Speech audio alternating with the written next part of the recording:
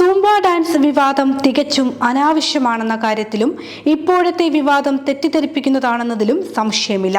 Fitness dance എന്ന നിലയ്ക്ക് ലോകപ്രസിദ്ധമായ Zumba ഡാൻസിനെ ബ്രസീലിലെ കാർണിവൽ നൃത്തരൂപമായ സാംബ ഡാൻസ് എന്ന് തെറ്റിദ്ധരിപ്പിച്ചതിനാലാകാം ചില മതസംഘടനകളും അതിന്റെ വക്താക്കളും സ്കൂളുകളിൽ ഇത് നടപ്പിലാക്കുന്നതിനെതിരെ പ്രസ്താവനകളുമായി രംഗത്തെത്തിയതെന്ന് വേണം കരുതാൻ.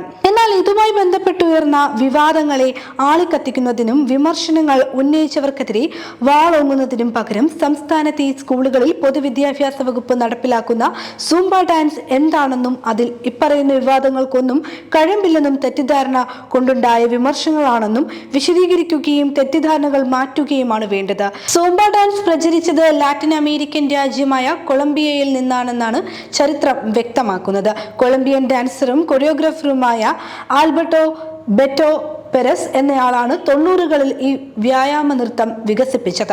സാധാരണ വ്യായാമ രീതികളിലെ കഠിന മുറകൾക്ക് പകരം ലളിതമായി കൈകാൽ ഇളക്കിയുള്ള ചുവടുകളാണ് ഇതിനെ ആകർഷകമാക്കിയത്.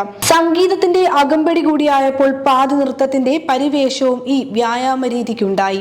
ശാരീരിക മാനസിക ആരോഗ്യത്തെ വളരെ ലഘുവായ പരിശീലന മുറകളിലൂടെ നേടിയെടുക്കാൻ സഹായകരമാണ് സൂംബ ഡാൻസ് എന്ന് കണ്ടതോടെ ലോകമെമ്പാടും ലക്ഷക്കണക്കിന് ആളുകൾ ഇതിന്റെ ആരാധകരായി.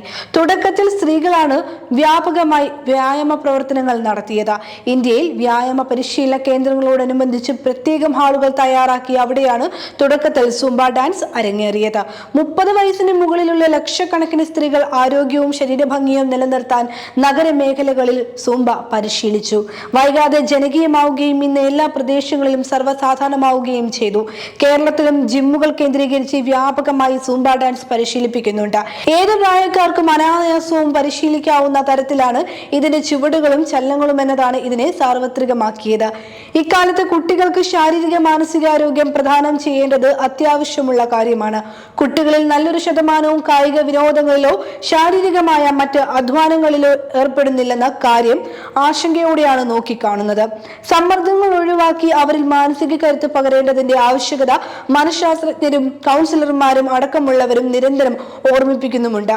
വിവിധ കാരണങ്ങളാൽ ഉണ്ടാകുന്ന ശാരീരിക പ്രശ്നങ്ങളെയും മാനസിക സമ്മർദ്ദങ്ങളെയും ലഘൂകരിച്ച് അവരെ പഠനത്തിന്റെ വഴികളിലേക്കും ആരോഗ്യ ജീവിതത്തിലേക്കും എത്തിക്കേണ്ട ചുമതല വിദ്യാഭ്യാസ വകുപ്പിനുണ്ട്. ഇതിനായി ഒട്ടേറെ പദ്ധതികളാണ് സംസ്ഥാന പൊതുവിദ്യാഭ്യാസ വകുപ്പ് കഴിഞ്ഞ ഒരു ദശാബ്ദ കാലമായി നടപ്പിലാക്കിക്കൊണ്ടിരിക്കുന്നത്. അതിന്റെ ഭാഗമായാണ് വിദ്യാർത്ഥികളുടെ ശാരീരിക മാനസിക ആരോഗ്യവും കരുത്തും ഉറപ്പുവരുത്താനുള്ള പദ്ധതികളിലൊന്ന് മാത്രമായി നടപ്പിലാക്കിയിരിക്കുന്ന സൂംബ ഡാൻസ്. ഇതിനെയാണ് തികച്ചും തെറ്റിദ്ധാരണാജനകമായ വിധത്തിൽ ചിലർ വിമർശിച്ച് രംഗത്ത് വന്നിരിക്കുന്നത്. വിമർശനങ്ങളിൽ കഴമ്പില്ലെന്നും പദ്ധതിയുമായി മുന്നോട്ടു പോകുമെന്നും സർക്കാരും പൊതുവിദ്യാഭ്യാസ വകുപ്പും വ്യക്തമാക്കിയിട്ടുമുണ്ട്. ഇന്ന് പ്രചരണ പ്രവർത്തനങ്ങളിൽ പ്രമുഖമായ സ്ഥാനമുള്ള ഫ്ലാഷ് മോബ് എന്നറിയപ്പെടുന്ന പരസ്യ നൃത്ത കലാപരിപാടി എങ്ങനെയാണോ അതിന്റെ കുറച്ചുകൂടി പരിഷ്കരിച്ച രൂപമാണ് സൂംബയ്ക്കുള്ളത്. അല്പവസ്ത്രം ധരിച്ച് ആൺ പെൺകുട്ടികൾ ഇടപഴകിയുള്ള നൃത്തത്തെ ഒരു തരത്തിലും അംഗീകരിക്കാനാവില്ലെന്നാണ് വിമർശകരുടെ വാദം. എന്നാൽ അവരുടെ വിമർശനം സൂംബയ്ക്കെതിരെയല്ല, അത് സാംബ നൃത്തമാണെന്ന് തെറ്റിദ്ധരിച്ചുമാണെന്ന കാര്യം വ്യക്തമാണ്.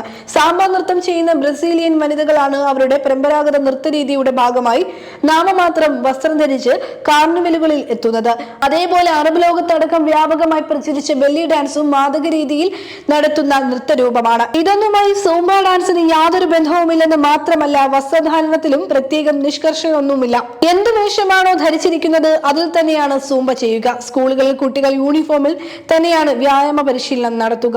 ഒപ്പനയും തിരുവാതിരയും മാർഗംകളിയും ഒക്കെ കുട്ടികൾക്ക് പരിശീലിക്കുകയും അവതരിപ്പിക്കുകയും ചെയ്യാമെങ്കിൽ അതിനേക്കാളൊക്കെ ലഘുവായ പ്രത്യേകം പരിശീലനമൊന്നും ആവശ്യമില്ലാത്ത ഒരാൾ ചെയ്യുന്ന വ്യായാമ മുറകൾ കണ്ടുകൊണ്ട് പരിശീലിക്കാവുന്നതാണ് സൂംബ. വേണമെങ്കിൽ കേരളീയ കലാരൂപങ്ങളുടെ ലഘുവായ ചുവടുകളും ചലനങ്ങളും ആംഗ്യ രീതികളും ഒക്കെ സൂംബയിൽ പരീക്ഷിക്കാവുന്നതും ഇതിനെ പരിഷ്കരിക്കാവുന്നതുമാണ്.